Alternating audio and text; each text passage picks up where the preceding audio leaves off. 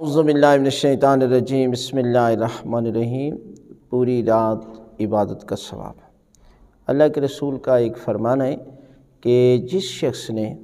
مغرب اور عشاء اور اس کے بعد فجر کی نماز مسجد میں ادا کی تو یوں سمجھ لیں کہ اس نے ساری رات عبادت میں گزاری، یعنی پوری رات جو ہے وہ عبادت میں مصروف رہا، اس لیے کہ مسجد کا بہت زیادہ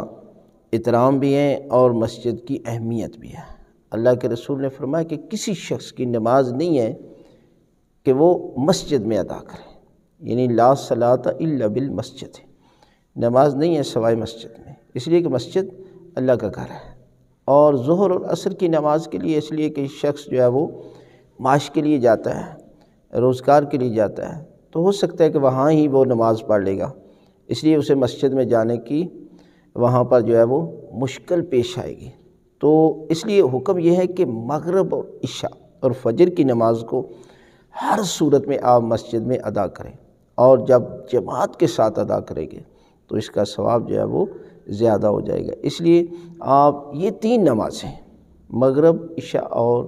فجر یہ مسجد میں ادا کریں گے تو خالق کائنات آپ کو پوری رات عبادت کا ثواب بھی عطا کرے گا، اور پروردگار جو ہے وہ آپ کے گناہ بھی معاف کر دے گا۔